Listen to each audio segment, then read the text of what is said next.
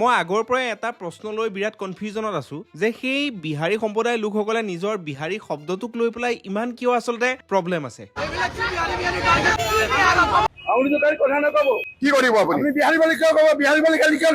যেনেকে আমি অসমীয়াসকলক অসমীয়া বুলি ক'লেতো ভালেই পাওঁ, মই নিজে অসমীয়া বুলি কৈ মই প্ৰাউড ফিল কৰোঁ। বেংগলী সম্প্ৰদায়ৰ লোকে নিজকে বেংগলী বুলি কৈ প্ৰাউড ফিল কৰে, তামিলসকলে তামিল বুলি কৈ প্ৰাউড ফিল কৰে, নেপালীসকলে নেপালী বুলি কৈ প্ৰাউড ফিল কৰে। কিন্তু বিহাৰী বুলি ক'লে বিহাৰীসকলৰ ইমান প্ৰব্লেম কিয়, ইমান ইৰিটেশ্যন কিয় হয়? নিজৰ সেই জাতিটোৰ নামটোক ইমান বেছি বদনাম কৰি তুলিলে নে যে সেই নামটো ল'বই নোৱাৰি, সেই বিহাৰী শব্দটো আজি গালি হৈ পৰিছে।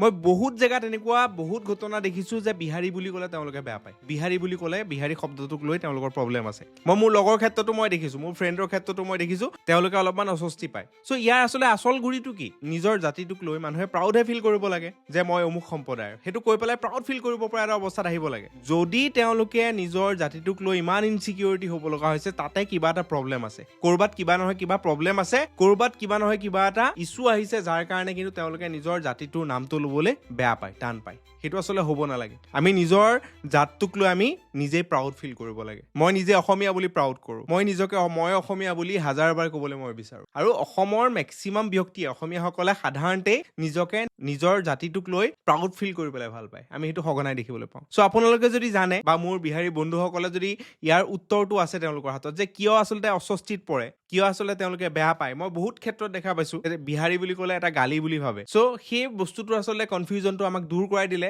আমি তেতিয়া ভৱিষ্যতে হয়তো তেওঁলোকক বিহাৰী বুলি নকৈ বেলেগ কিবা এটা ক'ম, তেওঁলোকে যিটো বিচাৰে যে আমাক অমুক বুলি কবি, বিহাৰী বুলি নকবি, সেইখিনিয়ে কথা।